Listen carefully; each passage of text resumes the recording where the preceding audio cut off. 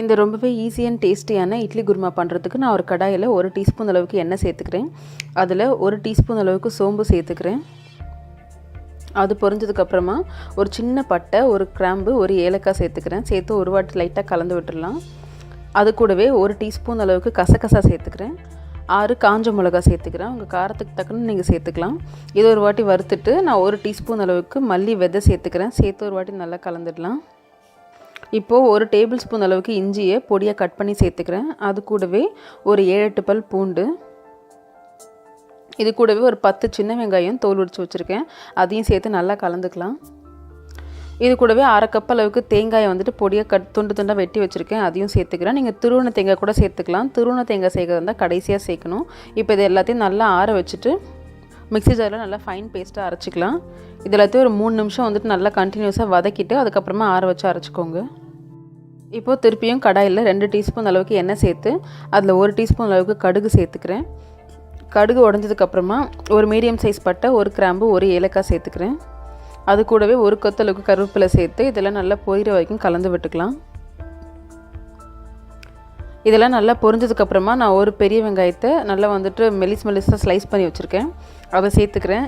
சேர்த்துட்டு இந்த வெங்காயம் நல்லா சாஃப்ட் ஆகிற வரைக்கும் வதக்கிக்கலாம். அது வதங்கிறதுக்கு தேவையான அளவுக்கு உப்பும் போட்டு வதக்கிக்கிறேன். வெங்காயம் நல்லா சாஃப்ட் ஆனதுக்கப்புறமா நான் 2 தக்காளி பழத்தை மெலிசாக அரிஞ்சு வச்சுருக்கேன். அதையும் சேர்த்து நல்லா இது சாஃப்ட் ஆகிற வரைக்கும் வதக்கிக்கிறேன். தக்காளி நல்லா சாஃப்டாக வதங்கினதுக்கப்புறமா நம்ம அரைச்சி வச்சுருக்க அந்த வெங்காயம் தேங்காய் மசாலா சேர்த்துக்கலாம். அது கூடவே ஒரு 1/4 கப் அளவுக்கு தண்ணி சேர்க்கணும். நான் இந்த அரைச்ச மிக்ஸி ஜார்லேயே தண்ணி ஊற்றி இந்த மசாலாவை ஃபுல்லாக அதில் இருந்ததெல்லாம் வாஷ் பண்ணி ஆட் பண்ணிக்கிறேன். கூடவே 1/4 டீஸ்பூன் அளவுக்கு மஞ்சள் பொடி சேர்த்து இதோட பச்சை வாசனை போய் நல்லா எண்ணெய் பிரிஞ்சு திக்காகிற வரைக்கும் இதை குக் பண்ணிக்கலாம். இப்போது மஞ்சள் பொடி எல்லாம் சேர்த்து நல்லா கொதிச்சதுக்கப்புறமா எண்ணெய் பிரிஞ்சு குழம்போட பச்சை வாசனை போய் நல்லா திக்காக கலராக வந்துருச்சு. இப்போது இதில் நான் 2 கப் அளவுக்கு தண்ணி சேர்த்துக்கிறேன். சேர்த்துட்டு மீடியம்லேருந்து ஹை ஃப்ளேமில் ஒரு 10 நிமிஷத்துக்கிட்ட அதை கொதிக்க வச்சுக்கலாம். தண்ணி பார்த்திங்கன்னா குழம்பு நல்லா திக்காகும். இந்த குருமா உங்களுக்கு தேவையான அளவுக்கு நீங்கள் தண்ணி சேர்த்துக்கலாம். இப்போ பார்த்தீங்கன்னா 10 நிமிஷத்துக்கு அப்புறம் குருமா நல்லா கொதிச்சு திக்காகி பச்சை வாசனைலாம் போய் நல்லா கலராக வந்துருச்சு.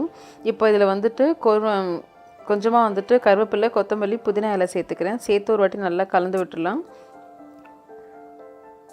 இப்போ உங்களுக்கு பார்த்தாலே தெரியும் கிரேவி எந்த அளவுக்கு திக்காக இருக்குன்னு சொல்லிட்டு. வெங்காயம், தக்காளி இதில் ஆட் பண்ணது எல்லாமே நல்லா குக் ஆகிடுச்சு. இது நீங்கள் சுட சுட இட்லி, தோசை, சப்பாத்தி கூட சர்வ் பண்ணலாம். ரொம்பவே நல்லாயிருக்கும் இந்த குருமா. இது இட்லிக்கு மட்டும் இல்லை, இது டிஃபன் குருமா. நீங்கள் எந்த டிஃபனுக்கு வேணால் சர்வ் பண்ணலாம். ஸோ கண்டிப்பாக ட்ரை பண்ணி பாருங்கள்.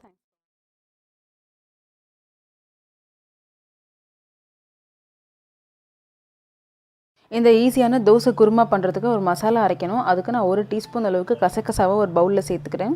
அது கூடவே 1/4 கப் அளவுக்கு தேங்காவை இந்த மாதிரி பல்லாக பேத்து வச்சுருக்கேன். அதையும் சேர்த்துக்கிறேன். அண்ட் அது கூடவே 1/2 டேபிள் ஸ்பூன் அளவுக்கு பொட்டுக்கடலை சேர்த்துக்கிறேன்.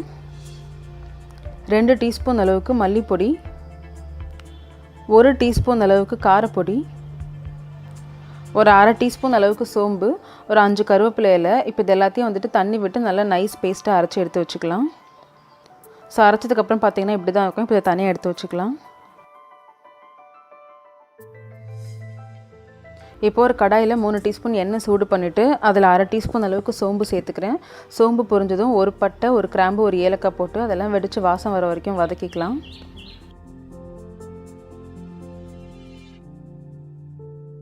இதெல்லாம் நல்லா பொரிஞ்சதுக்கப்புறமா ஒரு பெரிய வெங்காயத்தை நான் மெலிசாக கட் பண்ணி வச்சுருக்கேன். அதை சேர்த்துட்டு அது கொஞ்சம் சாஃப்ட் ஆகுற வரைக்கும் வதக்கிக்கலாம். நல்லா வதக்கினதுக்கப்புறமா ஒரு கொத்து கருவேப்பிலை, 1 டீஸ்பூன் அளவுக்கு இஞ்சி பூண்டு பேஸ்ட் சேர்த்து அதோட பச்சை வாசனை போகிற வரைக்கும் நல்லா வதக்கிக்கலாம்.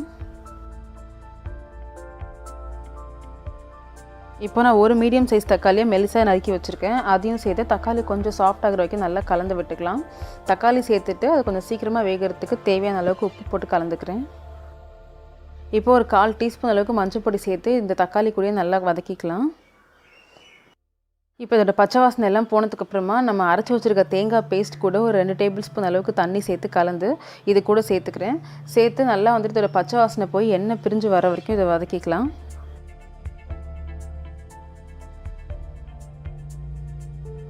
ஸோ இப்போ தேங்காய் மசாலாவோட பச்சை வாசனைலாம் போய் எண்ணெய் நல்லா பிரிஞ்சு கலர் சேஞ்ச் ஆகிடுச்சு. இப்போ நான் 2 கப் அளவுக்கு தண்ணி சேர்த்துக்கிறேன். தண்ணி சேர்த்துட்டு ஒரு 5 நிமிஷத்துக்கு மீடியம்லேருந்து ஹை ஃப்ளேமில் நல்லா இதை கொதிக்க வச்சுக்கலாம். இது கொதிக்கிறப்போ வந்துட்டு அப்படியே விட்டுறாதீங்க, அப்பப்போ திறந்து நல்லா கிண்டி விட்டுக்கிட்டே இருங்க. அப்போ தான் வந்துட்டு ஓரத்தில் இங்கெல்லாம் வந்து சரியாக அடி பிடிக்காமல் இருக்கும். 5 நிமிஷம் குருமா நல்லா கொதிச்சதுக்கப்புறமா பச்சை வாசனெல்லாம் போய் எண்ணெய் மேலே வந்து மிதக்க ஆரம்பிக்கும். அந்த ஸ்டேஜில் நான் ஒரு பெரிய உருளைக்கிழங்கை வேக வச்சு வச்சுருக்கேன். அதை அப்படியே கையாலே வந்துட்டு நல்லா உதிர்த்து விட்டுக்கிறேன். உதிர்த்து விட்டதுக்கப்புறமா நல்லா அதை கலந்து விட்டு இதை ஒரு 3 நிமிஷத்துக்கு நல்லா கொதிக்க வச்சுக்கலாம்.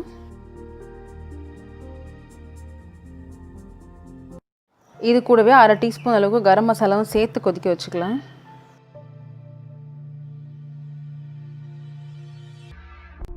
கடைசியாக 3 நிமிஷத்துக்கு நல்லா கொதிச்சதுக்கப்புறமா வந்துட்டு கொத்தமல்லி இலையை பொடியாக நறுக்கி போட்டு கலந்து விட்டு அடுப்பை ஆஃப் பண்ணிவிடுங்க. அவ்வளோதான், ரொம்பவே ஈஸியான ஹோட்டல் கடையில் செய்கிற மாதிரியான ஒரு தோசை குருமா ரெடி. இது வந்து நீங்கள் ஒரு 10 நிமிஷத்துக்குள்ளேயே செஞ்சிடலாம். நீங்கள் இந்த தாளிப்பு போட்டு வதக்கிறதுக்குள்ளேயே உங்களுக்கு உருளைக்கிழங்கு வெந்துடும். ஏன்னா நீங்கள் உருளைக்கிழங்கு கடைசியாக தான் சேர்க்க போகிறீங்க. ஸோ ரொம்பவே ஈஸியாக ரொம்பவே குயிக்காக செஞ்சிடலாம். ஹோட்டல் கடையில் நைட் டைமில் பார்த்தீங்கன்னா தோசைக்கு வந்துட்டு இந்த குருமா தான் கொடுப்பாங்க. ரொம்பவே நல்லாயிருக்கும். ஸோ கண்டிப்பாக ட்ரை பண்ணி பாருங்கள். தேங்க்ஸ் ஃபார் வாட்சிங்.